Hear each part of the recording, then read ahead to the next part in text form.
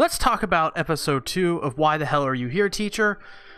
Sato and Kojima get stuck in a laundromat during a storm. After that, Sato learns that Kojima is his mother's friend, and his mother tries to get Kojima to consider her son as a partner in marriage. That's kind of what happens. Really, this whole episode was trying to, story-wise, in the context of this story, to get these two characters to be a couple, I guess, or to show you that, hey, these two characters are going to be a couple. That's what this whole episode was about. And honestly, you know, I'm okay with it. I think I shipped this one. It was one of my favorite things in the manga, because I read the manga for this, and I really enjoyed the fact that these two, their relationship was one of the, I guess, wasn't the weirdest thing in this manga by any means, but it still was kind of sweet and endearing and a little nice. It's just, you know, it's trying to strike that balance of like sexy stuff, and the sexy jokes, and you know, the fan service, and then balancing that with these two characters and their relationship together and how they're trying to convey that, and the rights and wrongs of these situations. I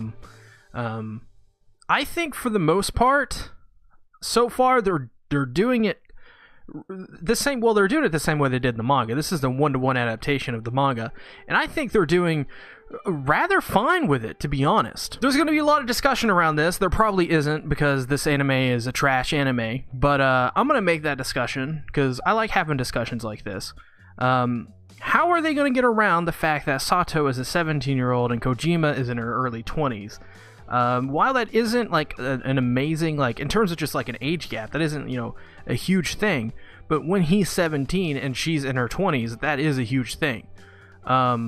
So it makes me wonder if they're going to do a time skip kind of thing where, you know, next episode it's just going to be he's out of high school or whatever, or is it going to be one of those things where, like a domestic girlfriend situation? I don't think so. I don't think it's going to be a domestic girlfriend situation. QRW6, I was literally just bringing that up as a point, and you automatically brought it up. I don't think it's going to be like that, though. I don't think it's going to be a domestic girlfriend thing. I think it's going to work out in the end. And what I hope they do is I hope they don't have these two characters actually get together when he's a teenager, because I don't know, there's something about that I don't like. Well, it's obvious to know what I don't like about that, but I don't know, I feel like it would be, this anime is not wholesome in any sense of the word, but I think it would be kind of a nice, sweet, wholesome thing to have these characters do it the normal, traditional sense. Just because, I mean, they kind of teased it in this episode when the characters, when Sato's mother was like, hey, you know, go in there and go to talk to your future husband. And that is like, for one, that's not necessarily like a super weird thing for a mother to say that, especially at Sato's age. I've had my mother say some weird stuff like that before. But it is, I don't know, I think it's definitely going to happen. Is this going to be a weird thing where they make it a weird thing of she's breaking the law? I don't know. I don't know if the show is going to go to that. I don't think the show will, because I don't think the show is dark at all. It is a comedy, and they'll play around it. Exactly, QRW6. God, we are on like the same wavelength here. You should just be a co-host because we have the same points, and we are just synced up, my friend. Yeah, it does make me wonder though. But yeah, I think they'll try to go around it somehow, and I think that's the best way to do it. Just pivot, just pivot and move around it, because I think it's just better for the whole experience. Because I don't think anybody wants to see any of that.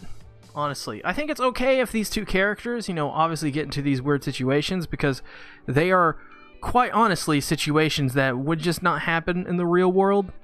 I mean, the whole concept is him getting stuck in a situation with his teacher. So, I don't know. I'm putting a lot of thought into an anime that in itself probably didn't have too much thoughts put into it. So, that just goes to show where I'm at. You know, when you're on the King of Anime podcast, you overanalyze a lot of stuff, and that's just the way the podcast is. It's fun to discuss that kind of thing. For this show, you probably don't need that much discussion around this thing, or at all. It's really just simple. You get to see some boobs, which honestly you kind of don't. I actually like that. Once again, in this episode, they censor a lot of it. They of course have some of the weird sex stuff, but they censor. The only thing that like isn't censored is Kana's underboob thing, which, by the way, from a logical standpoint, once again, I'm gonna put thought into this where I probably shouldn't. Sato looks up and he sees under Kana's, well, technically his shirt, and he sees her under boobs. But it immediately cuts to the next scene, and you see her shirt is tucked under Sato's head. Is that a thing? Also, as well, in the manga, so they put the censor around her crotch area. There is, like, she's wearing underwear. I've seen anime do more than that. I'm not sure what they're doing with the censors here. I'm not sure if they want to keep it, like, super, like, covered up, because maybe it's on TV or something like that, if that's why they're doing it, and they're just waiting to release like a Blu-ray version where it's uncensored. But the whole like, you can see her panties thing, like, it's not, I don't think that's a big deal. Maybe it's one of those weird outline panty things where you can, you know, tell the details. It does show me that when the Blu-ray comes out, it's definitely going to be uncensored. Yeah. What? We are on the same page, man. Oh my god. We are the best. Yeah, no, I think the Blu-ray is going to be uncensored. At the same time, once again, I don't think you need, like, I don't think it needs to be uncensored. There were times during this episode where I was like, oh, some people are going to really want to see this uncensored. They're compromising a bit of this show, and like the heart of its show. But like, it's I mean, you can see right now, it's funny. It just looks ridiculous. Looks absolutely stupid. And honestly, it's probably not going to look good as the manga anyways, because the manga had terrific nudity. Terrific. And this anime probably isn't going to have that much detail, if you know what I'm saying, in those areas. This is an awkward conversation, but that's, you know, I don't know. I just have a feeling. And once again, I think as this show goes on, people are going to not necessarily be watching it for the fan service. I think people are going to be watching it for these relationships, because the first two couples are kind of these sweet relationships. Like, they're really, like, it's just fun to see these couples interact with each other. The one thing this show and the series does really great is that these couples have really great chemistry, and it's really fun to see them go through these story beats together. I don't know. It's wholesome in that sense. It's just a straightforward romance. Very simple, very, very sweet. But lots of fan service. And I guess that's kind of why I like it, because it's a blend of those two things, and it's super simple, and it's entertaining, and it's ridiculous. The uncensored is going to be for the weirdos. Well, what does that say about me? I do wonder if the Blu-ray is going to come out in the States, though, because if it comes out in the States or outside of Japan, that's going to be a thing for sure. Because I don't think the show gets as bad as the suppository scene, because I think the suppository scene is actually the worst thing they do, but I may be misremembering that, and there could be worse scenes than that, but I don't think there is. Well, there is that time. Well, they'll probably cut that out. There's that time they engage in sexual favors, we'll just say. The storm wasn't the only thing that rose up out of nowhere. Oh yeah, that's right. So yeah, no, this is an awesome thing about this episode. Kana is really strong. So earlier in the first part of the episode, when they're caught in the laundromat, he's lifting her up, and then they switch because she's not tall enough, or her reach isn't long enough, rather.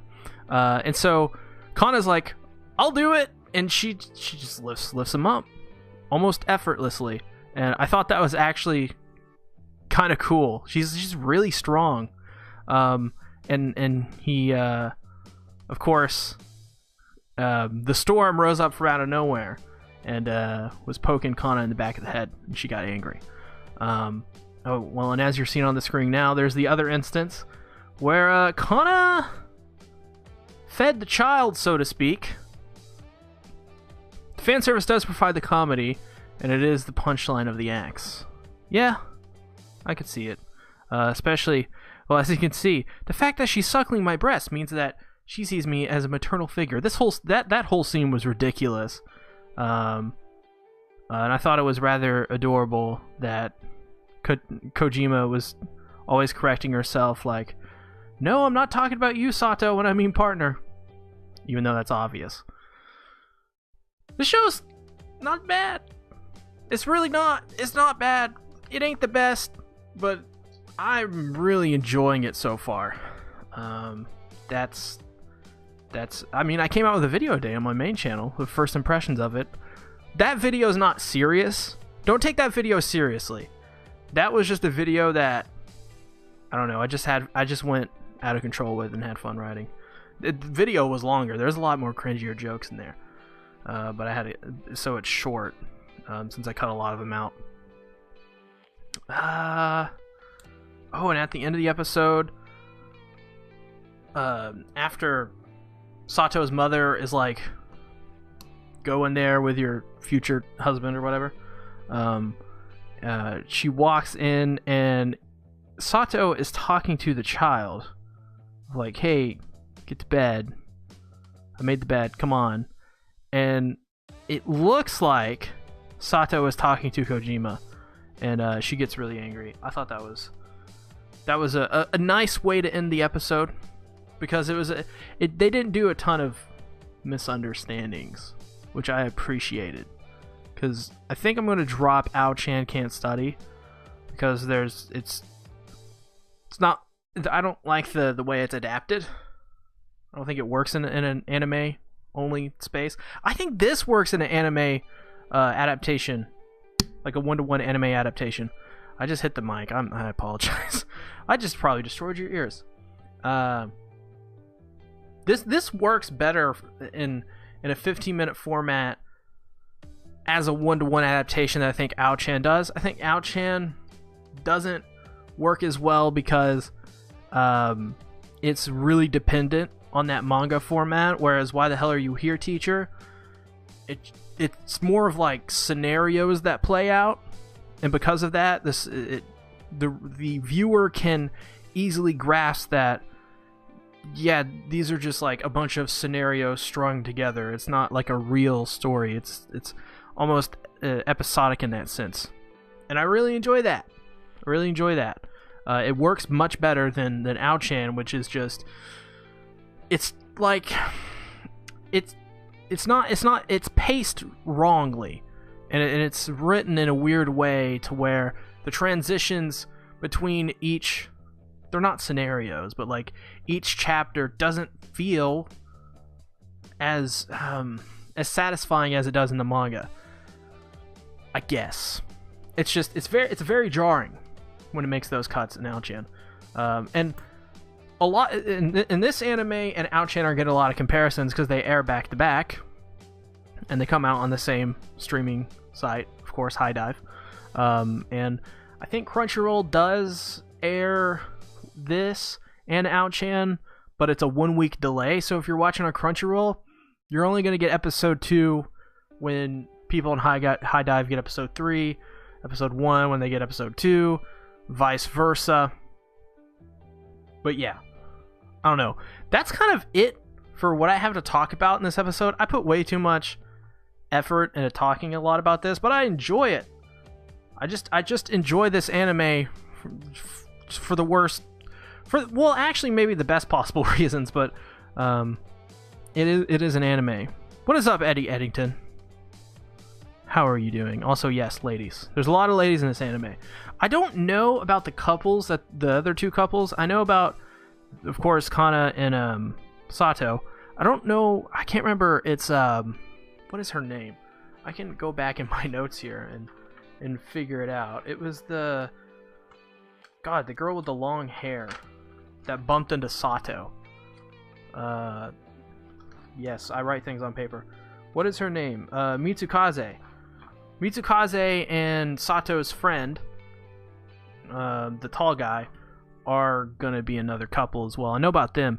I don't know about the other two. I don't know about the girl with the tank top and white hair and the swim coach. She looks like a swim coach of some sort. I don't know about those two.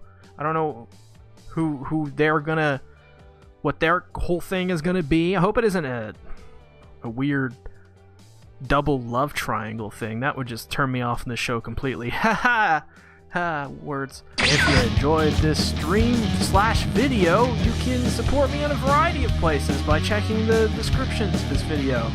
One of those places is my main channel.